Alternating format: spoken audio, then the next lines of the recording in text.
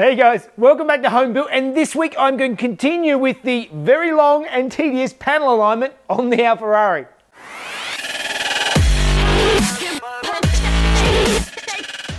Okay, so this week the first thing I'm going to sort out once and for all is the fitment of this rear screen. It's really been bothering me.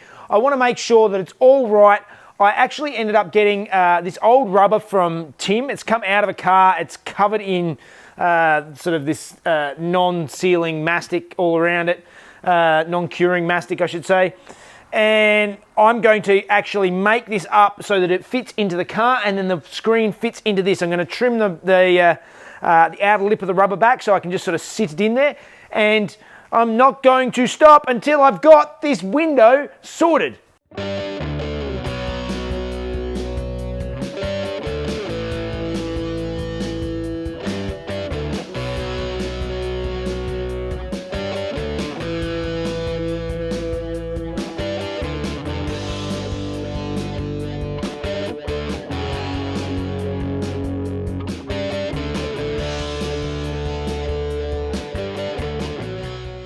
Okay, so I went around and I trimmed out the edge of the rubber, the top edge of the rubber all the way around the top. I left it in the bottom, so I've managed to sit the window in and sit it into the rubber properly. And the rubber's sitting nice and where it needs to on the outside all the way around. But up in these corners here, you can actually see that the window is sitting too high. So it definitely has to, this panel here definitely needs to come down further and move up. Like I mentioned last week, one thing that I was majorly concerned about is see this swage line here does not line up with this. So there's a big difference there.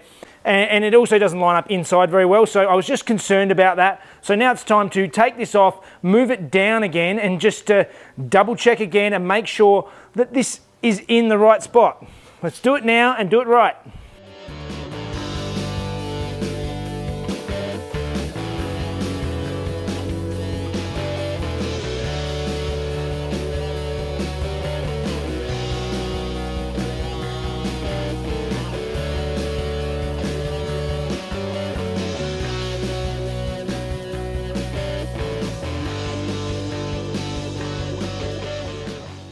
So I actually went back and put it back to where I had it the first time, and now it all seems to sit nicely. I haven't quite got it in all the way up the top. It's once I've got a proper rubber on it and it's in there, it'll be beautiful. I mean, it's all sitting in flat all the way around. It's just this very top lip. It's hard to get it in there, as I said, without a real rubber. But that placement is perfect. The window is going to fit beautifully. The rubber sits over the edge all the way around quite nicely. That panel is good.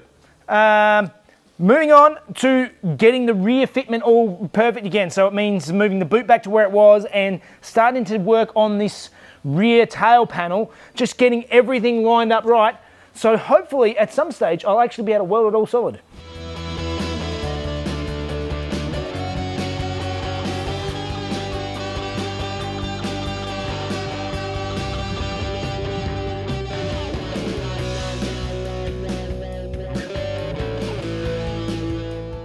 You saw me make this boot floor last week, and my next step is to, it didn't quite fit in the corner of the boot there, so I'm just going to go around the wheel arch. I'm just going to, I've sort of marked a bit of a line where I need to take some metal out, so I'll bend this back a little bit, trim it off, and try and bend it back to the line that we want. See how that goes and see if I can actually get it to sit in nicely, and then we can sort of start screwing the boot floor in and getting that all lined up so that everything lines up together, and then we're good.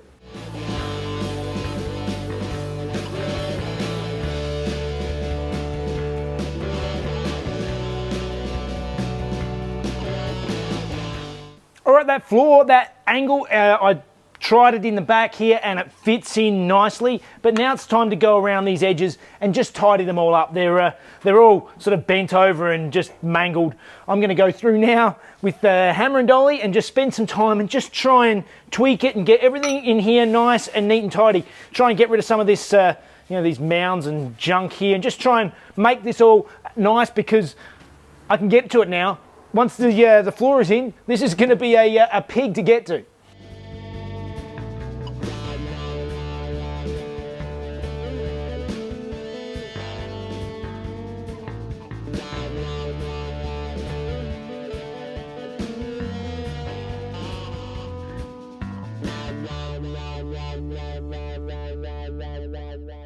Okay, so that shelf is looking a lot better now. It's looking reasonably flat and straight. It's not perfect. It's, I mean, it's probably never going to be seen. There's going to be a fuel cell up here and stuff like that. So, but it's a lot nicer and neater and straighter. So it's a good base to put my boot floor onto. So I'm just going to continue around now, finish cleaning up these sides and get them all tidied up, so that I can start sort of screwing it in and getting it all set up the way it's supposed to be.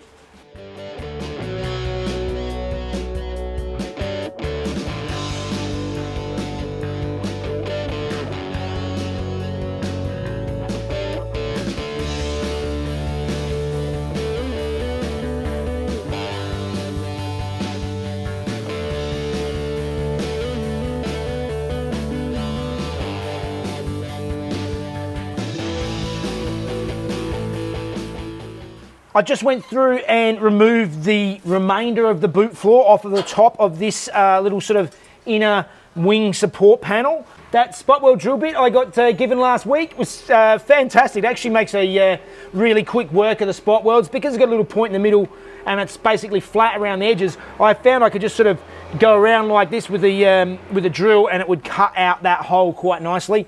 I just got to go through now and tidy this up. Now, I do have to do a bit of panel beating and I do have to remake the bottom of this panel. I think I will even try and make a template up and make another one of these panels for the other side. So normally these cars only have this support panel on one side of the boot floor. This side here has the spare wheel well and that's supporting that. On the other side, it's got the fuel tank, which is quite a solid structure, and yeah, for some reason that it's not on that side. So in my case, because I don't have either of those things, I might remake another one of these for the other side, just so I've got a bit of that extra support there to hold my boot up and keep it solid.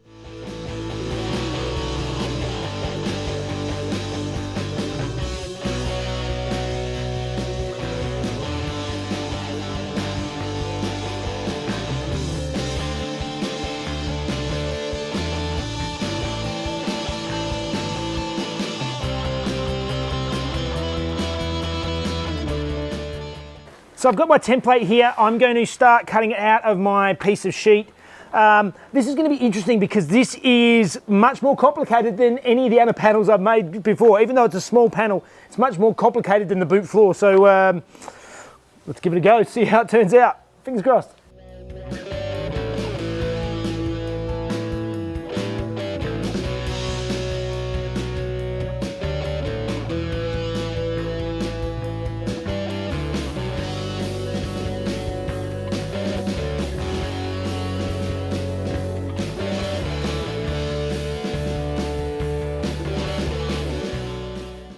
All right, so you can see here that I've marked out all my pattern onto this sheet. I've cut it out, and I've also marked where I've got to turn it up and where I've got to turn it down, just so that I don't mess it up like I have in the past. So hopefully I fold it the right way and then the thing ends up the way it's supposed to.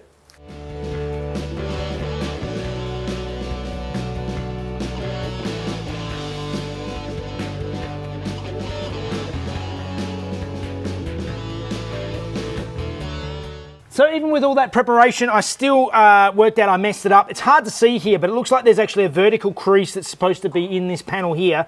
It's a bit mangled, and this crease here, I made it go up and it should have gone down. So it's not a big deal. I can just go back through. I'll just refold it the other way and I'll fold this crease into it here. I've got to mangle this top again a little bit, but it should be fine. Just to put a little light crease into them there, and then we'll see how this goes on the other side.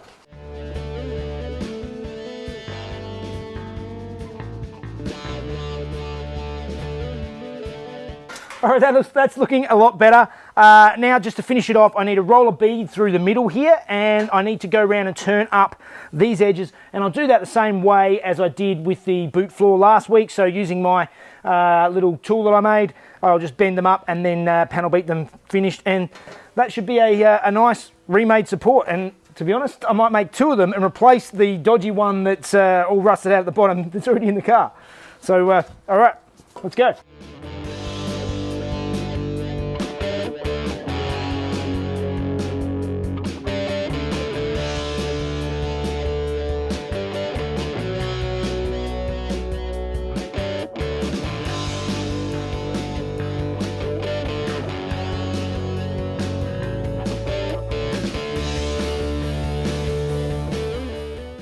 am really happy with that panel. That looks really good. It's got a nice deep bead on the back, and because it's a small panel, the edges are turned up. There's no oil canning or anything like that, so it's looking good. So now it's time to see how it goes fitting it to the car.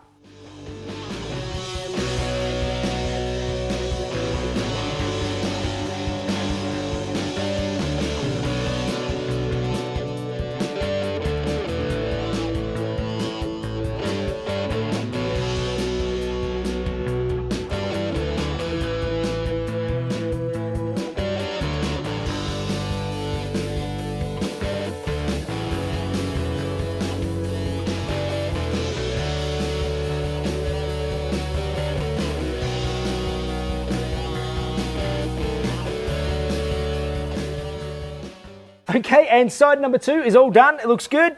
And how's that?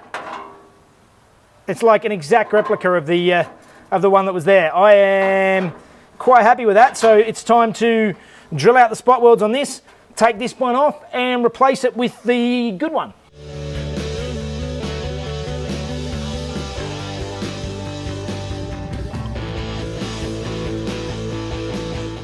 So I'm going to go through, I'm going to do a repair on this lower corner while I'm here. There's a bit of rust that's in there at the moment. I'm not going to worry about the inside edge because I do have wider wheel arches that are going onto this car. So I'm going to repair that section when I work out what I'm doing on the outside there. I'm not actually going to be welding this guard to this inner arch until that stage. So let's go through now. Let's just trim out a piece, do a little repair patch panel, and move forward.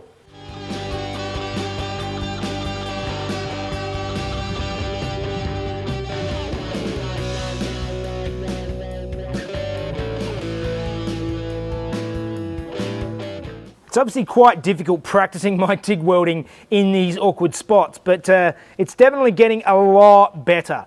It's not perfect, it's still lumpy and there's, you know, some mess there, but I'm much happier with that. I'm improving.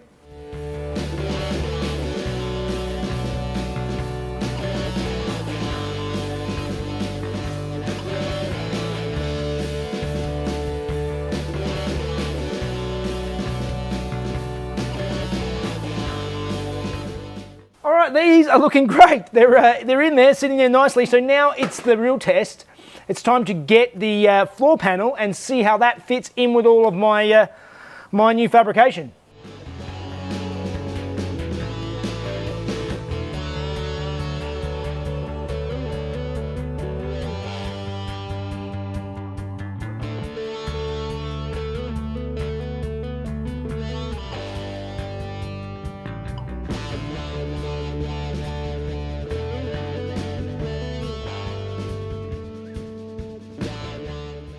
Okay, so now I put the boot in.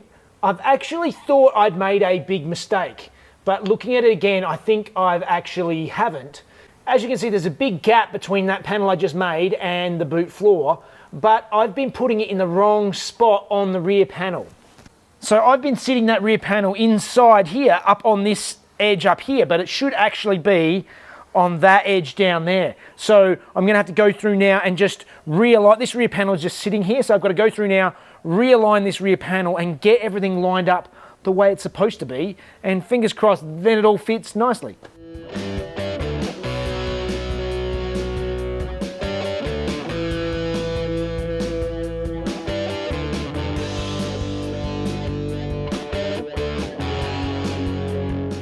All right, so with a bit more adjustment, the length of the boot here is quite good, and that panel gap for the rear panel is not too bad. Over this side, the boot's sitting a little bit higher on this side, but not a lot. That's sort of probably, there's a bit of adjustment in there. And the gap is not too bad, and the length is not too bad. But underneath is a different story. Jethro Bronner just did a video and showed that these panels here that sort of support the back of the boot, you can see how mangled they are. These have been bent. This should be pushed further forward, and these sides should be nice and straight. So that's something I need to rectify before I go much further. This other side is not as bad, but this outer edge has definitely been pushed in. This is not perfectly straight either. So I'm just going to get under here now, take this boot floor off, take the rear panel off, and see if I can knock these forward.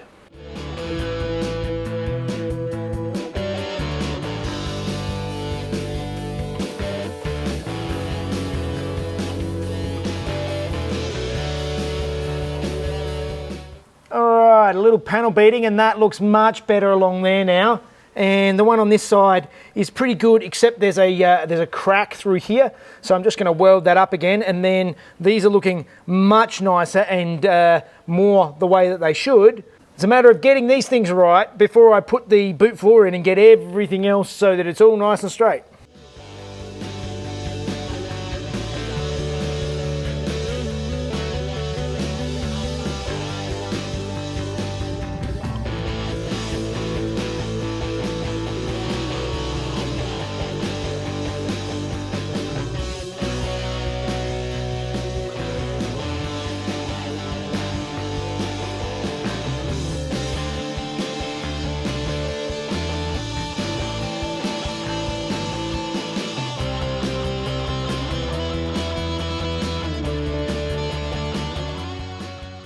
So I went out and I thought the best way to work out how to line up my boot floor is to get my old boot floor that I've already taken out of the car and just see how it goes. And I noticed that it's got these reinforcing bumper brackets that are welded onto the bottom of the floor here.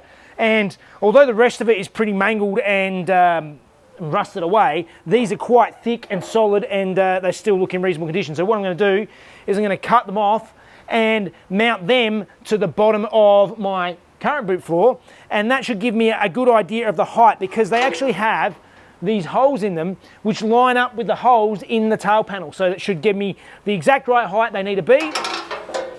We should get it right.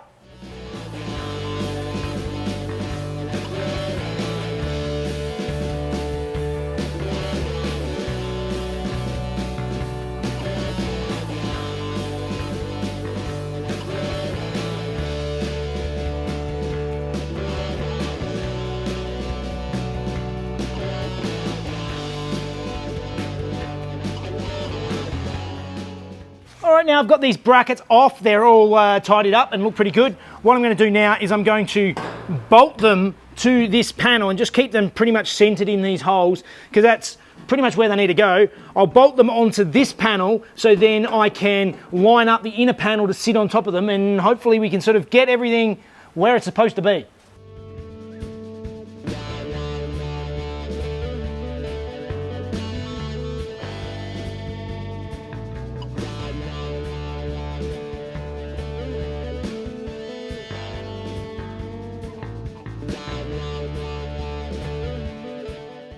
All right, that was a lot of backwards and forwards, but I now actually have the boot floor all in. It's all screwed in all the way around. The supports at the back are it's all supported all the way around. That was a lot more work just fitting that boot floor than I was expecting. I still need to go around and tap these edges in and get them perfectly lined up so that they can be welded together on both sides, but it's pretty decent. This section through the center here definitely needs a support beam to bring it up. It's sitting a little bit low, but when I put my hand under it and hold it up, it's perfect. So I'm happy with the basic layout. It's just a matter of the finishing touches, and then I can weld it in and build the rest of the structure around it.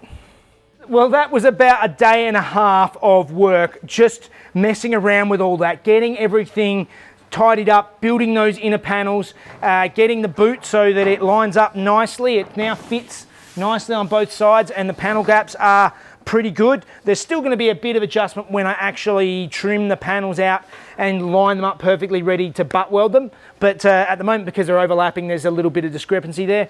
But overall, it is now fitting pretty well. The windscreen, the rear window also fits.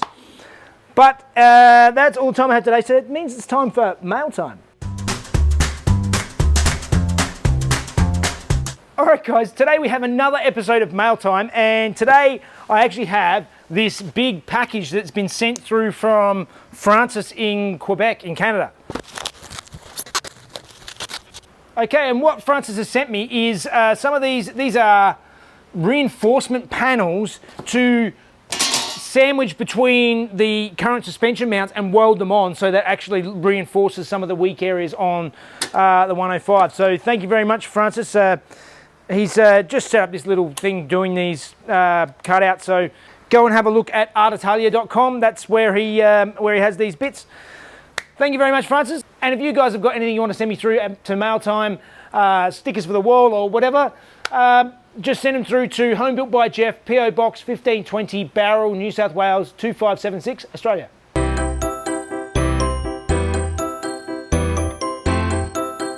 Hey guys, when you think of off-road vehicles, Alfa Romeo is not normally the brand that first comes to mind.